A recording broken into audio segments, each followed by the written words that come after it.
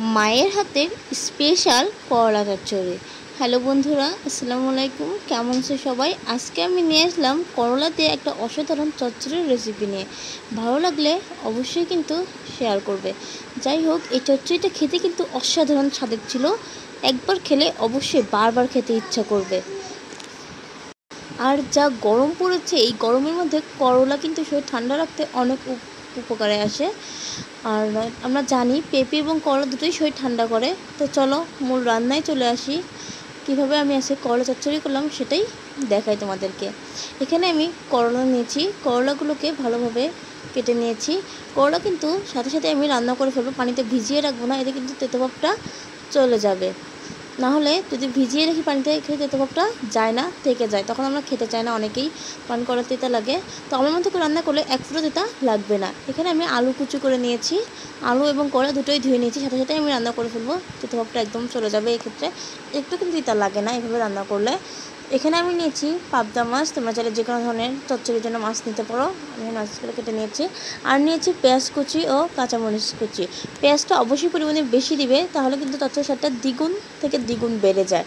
এবার আমি মূল রান্নায় আসি। নিয়ে নিচ্ছি আমি এখানে সয়াবিন তেলটা দেওয়ার পরে এর মধ্যে পেঁয়াজ কাঁচামরিচ কুচি দিয়ে দিলাম। পেঁয়াজ কাঁচামরিচ কুচি দেওয়ার পরে এর মধ্যে দেবো সামান্য পরিমাণের হলুদের গুঁড়া। আমি এখানে হাফ চা চামচের মতো হলুদের গুঁড়া অ্যাড করেছি। আমি যেহেতু কাঁচামরিচ অ্যাড করেছি, সেখানে শুকনো মরিচটা আমি দিব না। দিয়ে দিচ্ছি স্বাদ মতো লবণ। লবণটা একটু কমই দেবো, যদি পরবর্তীতে লাগে তখন দেওয়া যাবে। এবার ভালো করে আমি মাখিয়ে নিচ্ছি হাত দিয়ে। তোমরা চাইলে চামচ তো মাখিয়ে নিতে পারো, তবে বলবো চচ্চড়িটা হাত দিয়ে মাখালে বেশি স্বাদ হয়। এটা কিন্তু একটা টিপস বলতে পারো। আমাদের অনেকেরই হাত জ্বালা করে, তো সেক্ষেত্রে যদি আমরা ঠান্ডা পানিতে হাত চুবিয়ে রাখি তখন কিন্তু হাতটা জ্বালা করবে না। এবার আমি যে মাছগুলো রেখেছিলাম সেই মাছগুলো দিয়ে ভালো করে মাখিয়ে নিচ্ছি আলতো করে। খেয়াল রাখবো মাছগুলো যেন ভেঙে না যায় বা কাটা কাটা না হয়ে যায়, কারণ হাতে বেশি প্রেশার দেওয়া যাবে না।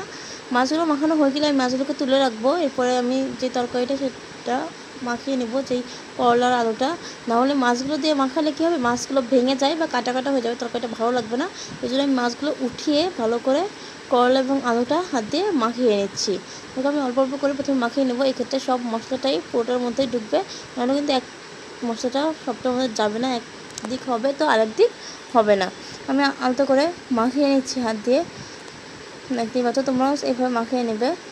অনেকে চাইলে চামচ দিয়েও মাখিয়ে নিতে পারো এই টাইমটা, কারণ এই টাইমটা যেহেতু আমি মশলা আগেই মাখিয়ে নিয়েছিলাম। তো আমি বলবো হাতই সব থেকে বেটার। এর আগেও বলেছি আমি হাত দিয়ে মাখালেই সব থেকে ভালো হয়। একে ভালো করে মাখানো হয়ে গেলে আমি একসাথে করে দিচ্ছি সব কিছু। এর মধ্যে পানি দিয়ে দেবো। পানিটা আমি পরিমাণ মতো অ্যাড করেছি, যতটুকু ডুবো ডুবো পানি দেবো যাতে ভালো করে সিদ্ধ হয়। অনেকেই আন্দাজ করতে পারছে আমি কতটুকু পানি দিয়েছি, যাতে তরকারিটা ডুবো ডুবো হয়ে যায়, এরকমভাবে পানিটা তোমরা এখানে অ্যাড করবে। এবার উপর দিয়ে আমি যেই মাছগুলো তুলে রেখেছিলাম সেই মাছগুলো দিয়ে দেবো ছড়িয়ে। এটা কিন্তু আমি নাড়াচাড়াও করবো না, সেজন্য আমি উপর দিয়ে ছড়িয়ে দিচ্ছি। এটাই কিন্তু ভালো একটা ফ্লেভার আসবে এবং খেতেও মজা লাগবে। আমি এবার উপর দিয়ে একটু পানি অ্যাড করে দেবো, মানে একটু কম হয়ে গেছিলো, যেহেতু আমি এখানে আর কোনো কিছু অ্যাড করবো না, পানি দিয়ে ভালো করে করে দিচ্ছি। পানি দেওয়া হয়ে গেলে এবার চুলার আঁচটা আমি বাড়িয়ে কিছুক্ষণ রান্না করবো। চুলার আঁচটা কিছুক্ষণ জন্য বাড়িয়ে দেবো, পরে আবার হালকা কমিয়ে দেবো যখন পানিটা হালকা শুকিয়ে আসবে। তো আমি আগেই ঢাকনা দেবো না, ঢাকনাটা পরে দেবো যাতে মশলাটা উপরে উঠে না আসে। আর ঢাকনা দেওয়ার সময় অবশ্যই চামচ দিয়ে রাখবো, এক্ষেত্রে মশলাটা ঢাকনে লেগে যাবে না। দেখো পানি কিন্তু অলরেডি বলক চলে আসে, এবার শুকানো পর্যন্ত আমার অপেক্ষা করতে হবে। পানিটা শুকিয়ে গেলেই আমি কিন্তু ঢাকনাটা দিয়ে দেবো। দেখো পানি যখন হালকা শুকিয়ে গেছে তখন আমি ঢাকনাটা দিয়ে দিচ্ছি, এক্ষেত্রে মশলাটা উপরে লেগে যাবে না। একবারে যখন হয়ে যাবে, পানিটা শুকিয়ে যাবে, তখন চারপাশটা একটু ঘুরিয়ে নেব। ঘুরিয়ে নিলে চারদিকটাই কিন্তু একটা পোড়া পোড়া ফ্লেভার আসবে, আর এটা খেতেও ভালো লাগবে। দেখো আমার কিন্তু একটু পানি নেই, চারপাশ থেকে তেল উঠে আসছে, দেখেই বোঝা যাচ্ছে। এরকম হয়ে গেলে তখনই আমরা এটা নামিয়ে ফেলবো। তো আমি একটু ভালো করে জাল করে নিচ্ছি। ব্যাস তৈরি হয়ে গেল আজকের মায়ের হাতের স্পেশাল করলা চচ্চড়ি। কেমন লাগলো বন্ধুরা?